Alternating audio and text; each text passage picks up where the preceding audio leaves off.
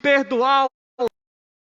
Talvez, é claro, todos nós tivemos. E se eu perguntar que teve perdão fácil e perdão difícil, também teve. Podemos associar que tem perdão fácil e tem perdão difícil. Mas no fim, precisamos perdoar. E é sobre isso que eu vou falar hoje. O tema é bem simples: perdoe para ser perdoado. No primeiro tópico, bem simples para nós começarmos, é perdoar e não julgar. Se nós somos cristãos, vamos tomar as mesmas práticas de Cristo, por mais que seja um pouco difícil. E João 8:11, muito conhecido, fala assim: e endireitando-se Jesus e não vendo ninguém, mais do que a mulher, disse-lhe: mulher, onde estão aqueles teus acusadores? Ninguém te condenou? E ela disse: ninguém, Senhor. E disse Jesus: nem eu também te condeno. Vai-te e não peques mais. Talvez você já se encontrou, você está se encontrando na situação de julgar, mas faça semelhante a Jesus. Ei, perdoa. Eu estou certo, eu sou o dono da verdade, ele está errado, aí Deus está falando: ei, calma. Quer ser semelhante a Cristo, tem que perdoar. Tem que perdoar. No meio de todos os acusadores daquela mulher, todos foram embora. Mas somente aquele que podia acusar ficou. E ele não a acusou. O perdão pode trazer vida e também pode trazer a morte. Mas essa é só a introdução para você entender que você, mesmo na posição de julgar, você tem que perdoar. E agora nós vamos para, podemos assim associar uma ilustração. No tópico 2 fala: a igreja precisa perdoar e não julgar. Ou seja, nós precisamos perdoar e não julgar. Vamos ver uma situação que a igreja primitiva teve que perdoar alguém. Será que foi fácil? Vamos ver. Em Atos 23, no primeiro, fala que quando Saulo se converteu, ele indo até alguns irmãos,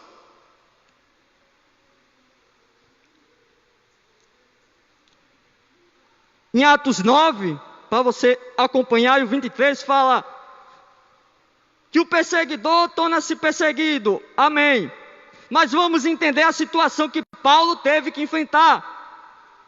Que quando ele estava falando sobre Jesus, no versículo 23 fala: e tendo passado muitos dias, os judeus tomaram conselho entre si para o matar.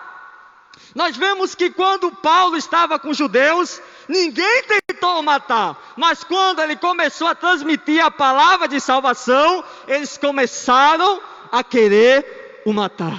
Aí você grava e vê semelhança entre Paulo e Jesus. Quando Jesus começou, já quiseram matar. Quando Paulo começou, também quiseram matar. Vai ser assim contigo também.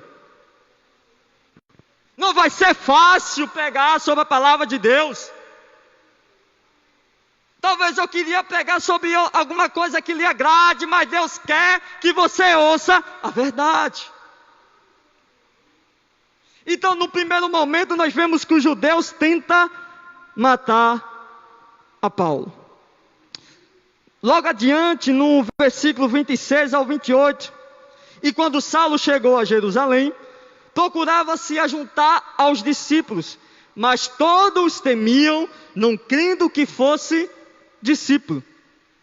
Então Barnabé, tomando consigo, trouxe aos apóstolos e lhes contou como num caminho ele virá o Senhor, e este lhe falará, e como em Damasco falará ousadamente no nome de Jesus. Tem gente que se converteu e não falou de Jesus até hoje.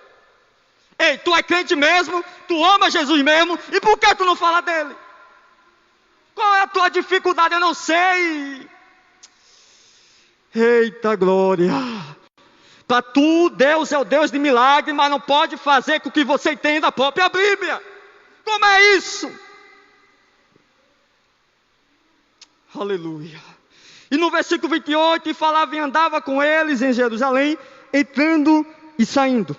No versículo 26, você preste bastante atenção, que os discípulos estavam com medo de Paulo. Vamos para a ilustração nesse momento. Digamos que um certo homem começou a matar cristão. Um certo homem matou até um diácono. E esse homem, ele lá no caminho onde ele estava, ele tem um encontro com Jesus. E aí ele vem parar na tua igreja, se senta na cadeira. O que tu vai fazer? Vai julgar, vai dizer, ele é crente. Ei, o cara matou um cristão. Vamos para um hábito maior. Ele matou alguém da tua família. Como seria? É difícil perdoar, mas é necessário. Porque o perdão pode trazer vida e morte. Então nesse momento, você começou a julgar ou começou a dizer, Jesus salva?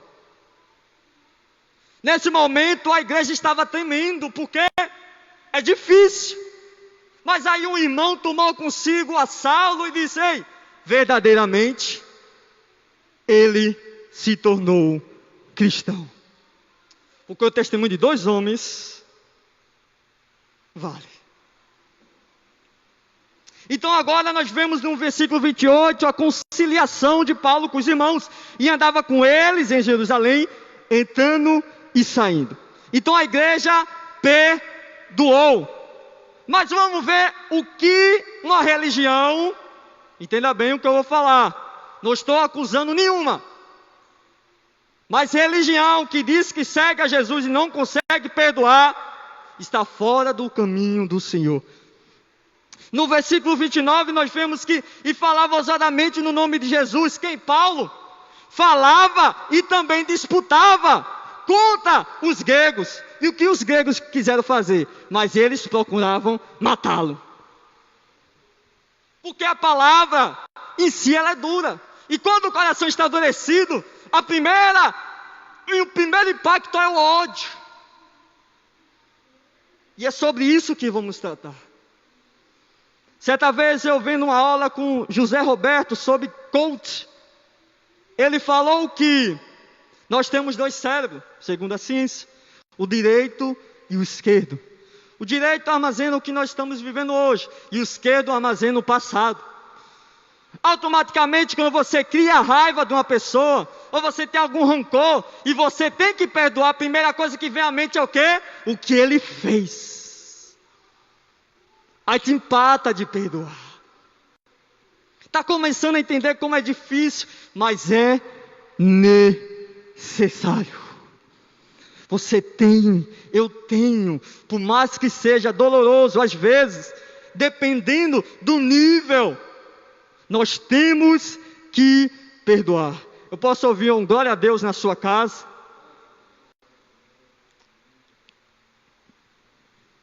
Vamos entender mais um pouco. Agora vamos entrar sobre o que Jesus falou, também sobre o perdão.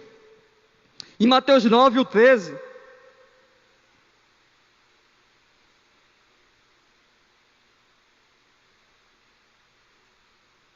Ele falou que Deus quer misericórdia. Ide, porém, aprender o que significa misericórdia, quero e não sacrifício. Porque eu não vim para chamar os justos, mas os pecadores ao arrependimento. Eita glória! Eita Deus Santo! Ei, tu quer sacrificar tanto, mas tu não está tendo misericórdia. Quer jejuar tanto, mas não está tendo misericórdia. Vai-te embora primeiro aprender o que é misericórdia, e depois tu vem se sacrificar. Eita Deus Santo! Mas é difícil. Na posição de julgador, é difícil querer perdoar. Mas eu repito novamente, para implantar dentro do teu coração, mas é necessário. Aleluia. Deus mandou o Espírito Santo para também saber, Jesus mandou o Espírito Santo para também nós sabermos quem serve e quem não serve. E nós vamos saber quem serve e quem não serve através também do perdão. Quero ser cristão? Quero. Começa a aprender a perdoar. Por que, irmão, perto de finalizar, em Mateus 5, 23 e 24, fala assim: Deus não aceita a sua oferta. Por quê? Mateus 5, 23 e 24 diz, vai anotando e vai acompanhando comigo, por favor. Mateus 5, 23 e 24, portanto, se trouxeres a tua oferta ao altar, e aí te lembrares que tem teu irmão, tem alguma coisa contra ti, deixa ali diante do altar a tua oferta, e vai reconciliar-te primeiro com teu irmão, e depois vem e apresenta a tua oferta. Eita Deus Santo! Está entendendo agora? Se tu pedir perdão, eu não vou te perdoar. Se tu vir ofertar, eu não vou receber. Começa a perdoar.